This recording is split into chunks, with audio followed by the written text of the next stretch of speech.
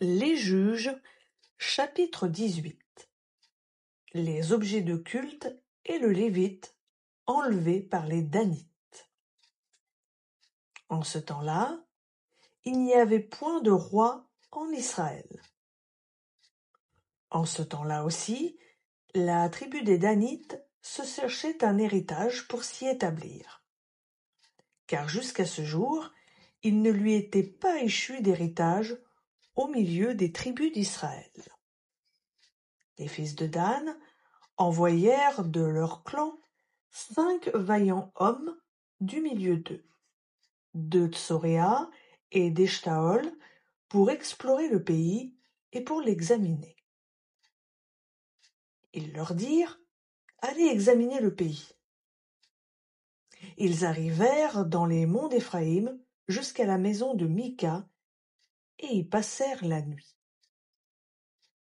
Comme ils étaient près de la maison de Mika, ils remarquèrent la voix du jeune Lévite, firent un détour et lui dirent: Qui t'a amené ici? Que fais-tu dans ce lieu? Qu'as-tu à y faire? Il leur répondit: Mika a fait pour moi telle et telle chose.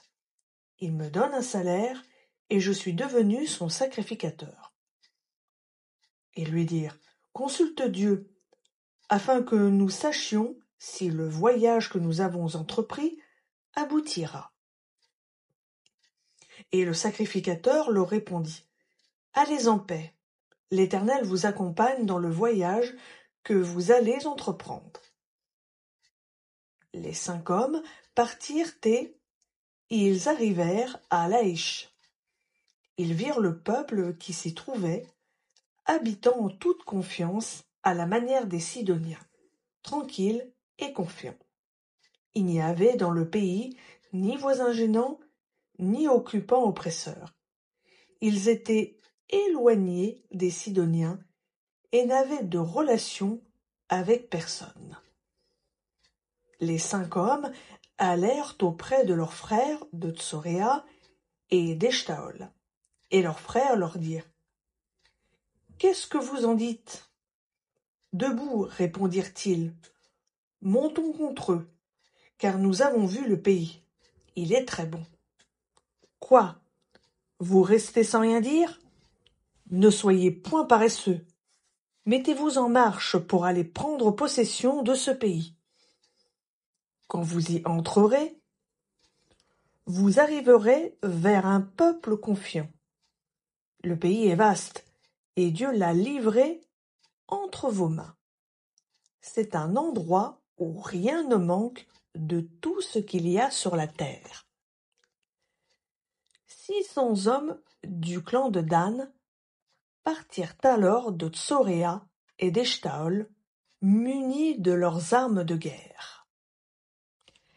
Ils montèrent et campèrent à Kiriath-Yearim, en Juda. C'est pourquoi ce lieu, qui est juste derrière Kiriath-Yearim, a été appelé jusqu'à aujourd'hui Mahané Dan. Ils passèrent de là, dans les monts d'Éphraïm, et arrivèrent jusqu'à la maison de Mika. Alors les 5 hommes, qui étaient allés pour explorer le pays de Laïch, prirent la parole et dirent à leurs frères: Savez-vous qu'il y a dans ces maisons-là un éphod, des téraphins, une statue et une image en métal fondu? Voyez maintenant ce que vous avez à faire. Ils firent un détour jusque-là, entrèrent dans la maison du jeune Lévite, dans la maison de Mika, et le saluèrent. Les 600 hommes, d'entre les fils de Dan, munis de leurs armes de guerre, se tenaient à l'entrée de la porte cochère. Et les 5 hommes, qui étaient allés pour explorer le pays, montèrent et entrèrent. Ils prirent la statue, l'éphod, les téraphins et l'image en métal fondu, pendant que le sacrificateur était à l'entrée de la porte cochère avec les 600 hommes munis de leurs armes de guerre.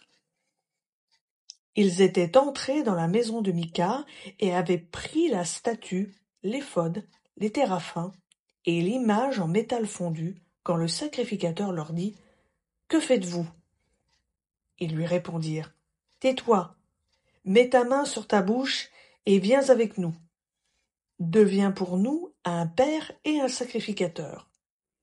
Vaut-il mieux que tu sois sacrificateur pour la maison d'un seul homme, ou que tu sois sacrificateur pour une tribu et un clan en Israël ?» Le cœur du sacrificateur fut rempli de joie. Il prit l'éphod, les téraphins et la statue, et vint au milieu du peuple. Ils se remirent en route et partirent en plaçant devant eux les enfants, le bétail et les bagages.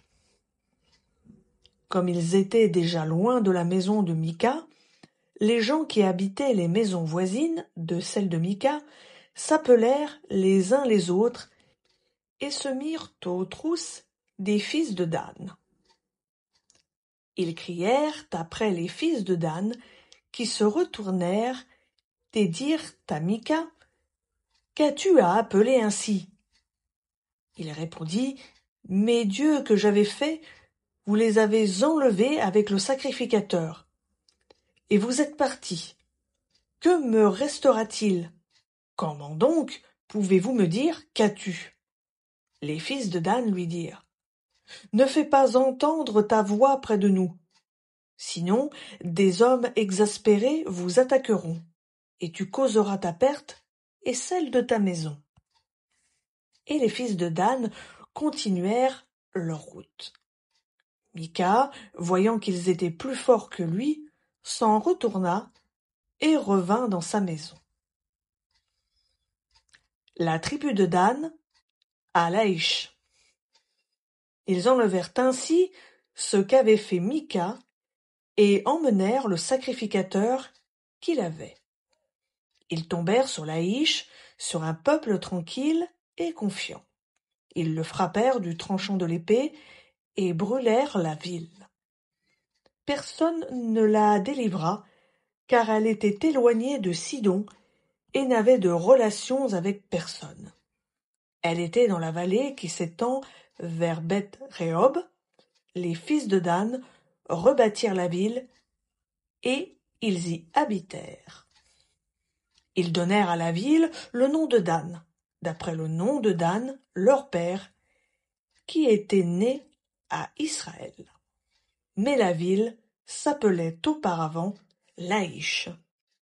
Les fils de Dan dressèrent pour eux la statue, et Jonathan, fils de Gershom, fils de Manassé, lui et ses fils, furent sacrificateurs pour la tribu des Danites, jusqu'à l'époque de la déportation du pays.